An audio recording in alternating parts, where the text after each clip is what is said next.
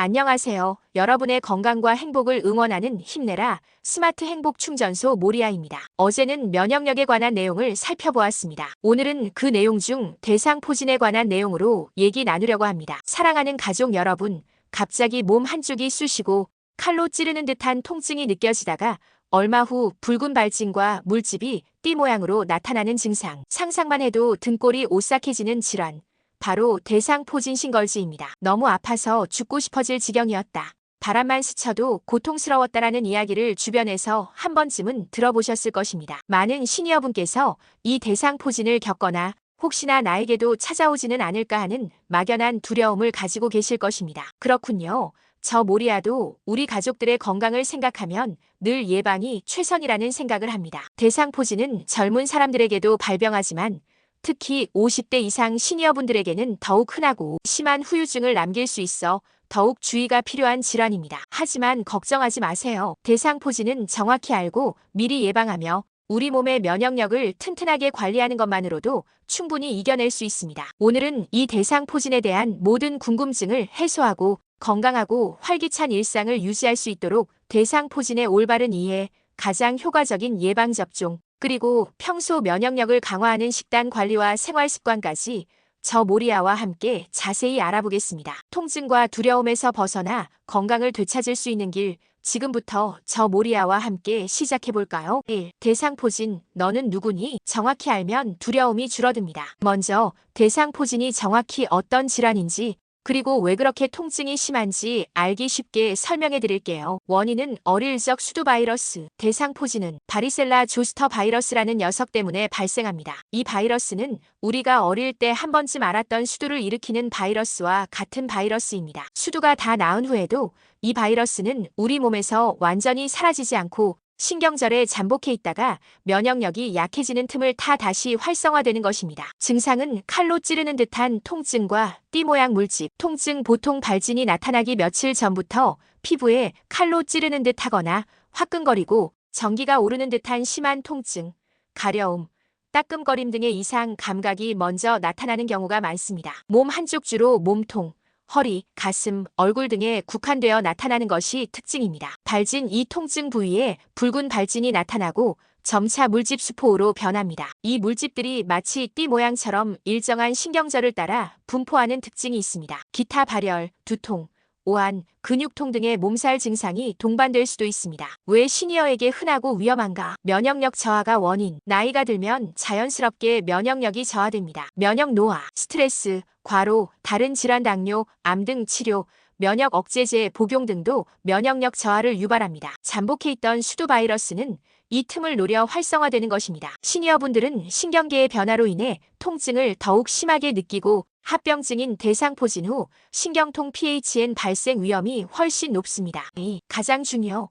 대상포진 후 신경통의 위험성과 조기 치료의 중요성. 대상포진이 두려운 가장 큰 이유 중 하나는 바로 대상포진 후 신경통 때문입니다. 대상포진 후 신경통 PHN이란 대상포진의 피부 발진이 사라진 후에도 수개월에서 수년 동안 지속되는 극심한 신경통을 말합니다. 이는 바이러스가 신경을 훼손했기 때문인데 바늘로 쑤시거나 칼로 애는 듯한 통증, 불에 타는 듯한 통증 등 다양한 형태로 나타나며 환자의 삶의 질을 심각하게 떨어뜨립니다. 특히 60세 이상 환자 중 약 30에서 50%에서 발생하며 나이가 많을수록 더 흔하고 증상도 심합니다. 조기 치료가 생명, 대상포진이 의심된다면 발진 발생 후 72시간 이내에 반드시 병원을 방문하여 항바이러스제를 복용해야 합니다. 이 시기를 놓치면 통증이 심해지고 대상포진 후 신경통으로 이행될 가능성이 높아지기 때문에 골든타임을 놓치지 않는 것이 매우 중요합니다. 3. 예방이 곧 건강. 백신 접종으로 든든한 방어막 세우세요. 대상포진 예방의 가장 효과적인 방법은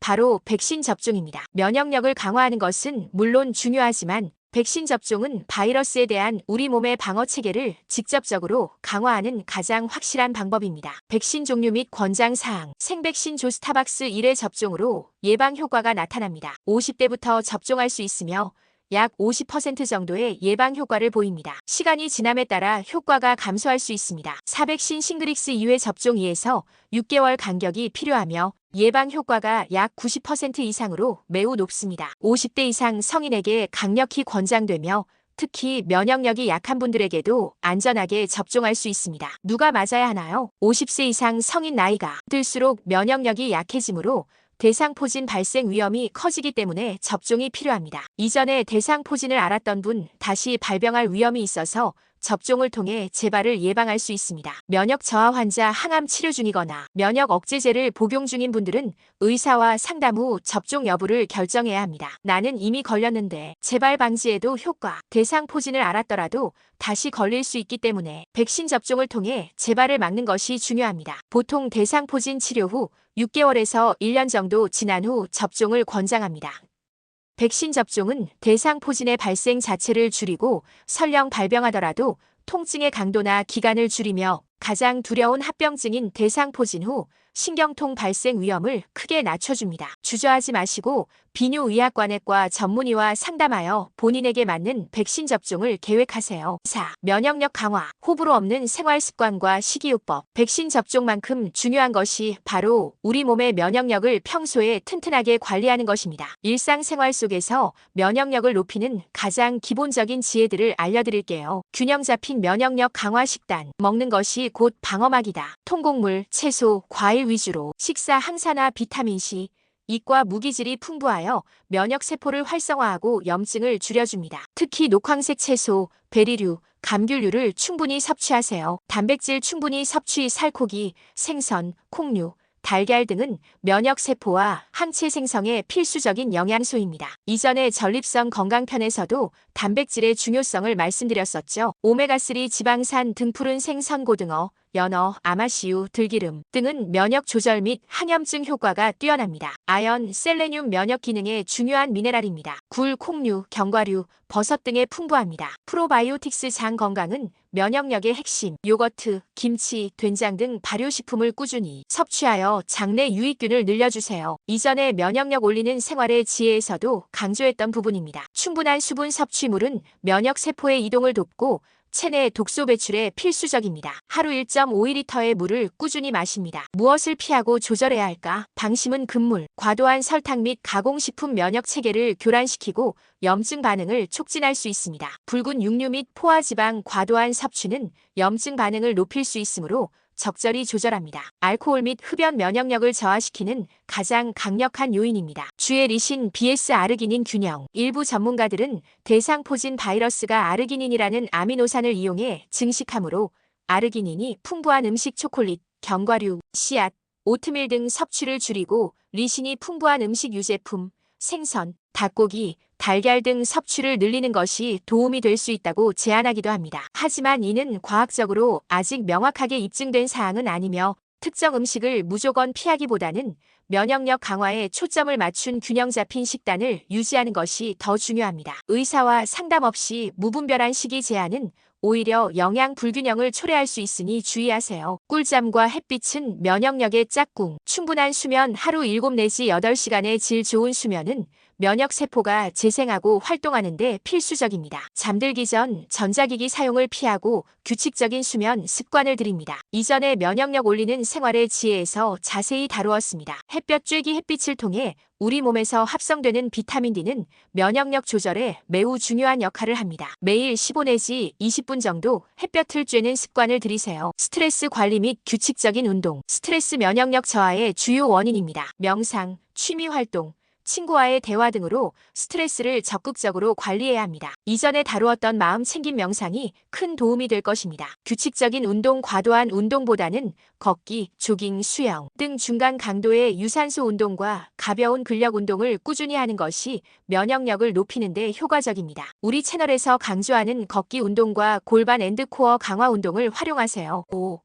의심될 땐 주저없이 초기 대처가 핵심. 마지막으로 아무리 예방하고 조심했어도 대상포진이 의심된다면 어떻게 해야 할까요? 즉시 병원 방문 발진이 나타나기 전 통증만 있을 때라도 혹은 발진이 생겼다면 발진 발생 후 72시간 이내에 반드시 비뇨의학과 피부과 통증의학과 전문의를 방문해야 합니다. 항바이러스제는 이 기간 내에 복용해야 효과가 가장 좋습니다. 안정 및 휴식, 충분한 휴식을 취하고 스트레스를 줄이는 것이 중요합니다. 통증관리 전문의와 상담하여 적절한 통증 완화제를 처방받고 필요하다면 신경 차단술 등을 고려하여 통증이 만성화되지 않도록 적극적으로 관리합니다. 피부 관리 물집을 터뜨리지 않도록 주의하고 깨끗하게 관리하며 2차 감염을 예방합니다. 대상포진, 이제 두려워 말고 당당히 이겨내세요. 사랑하는 여러분, 오늘은 대상포진에 대한 올바른 이해와 가장 효과적인 예방접종, 그리고 면역력 강화를 위한 생활습관 및 식이요법까지 폭넓게 알아보았습니다. 대상포진은 결코 혼자서 겪어야 할 질병이 아니며 미리 알고 대비하면 충분히 예방하고 극복할 수 있습니다. 대상포진, 이제 두려워 말고 당당히 이겨내세요. 당신의 건강한 삶을 응원합니다. 오늘 배운 지식을 바탕으로 백신 접종을 고민하고 평소 면역력 강화에 힘쓰며 혹시라도 증상이 의심된다면 주저없이 병원을 찾아 적절한 치료를 받으시기를 바랍니다. 힘내라 스마트 행복 충전소는 여러분이 대상포진의 통증과 두려움에서 벗어나 건강하고 자신감 넘치는 삶을 누리시기를 진심으로 응원합니다. 건강한 몸과 마음으로 빛나는 기쁨을 만드세요. 도움이 되셨다면 구독과 좋아요 부탁드립니다. 다음에도 더 유익하고 알찬 정보로 여러분을 찾아뵙겠습니다. 감사합니다.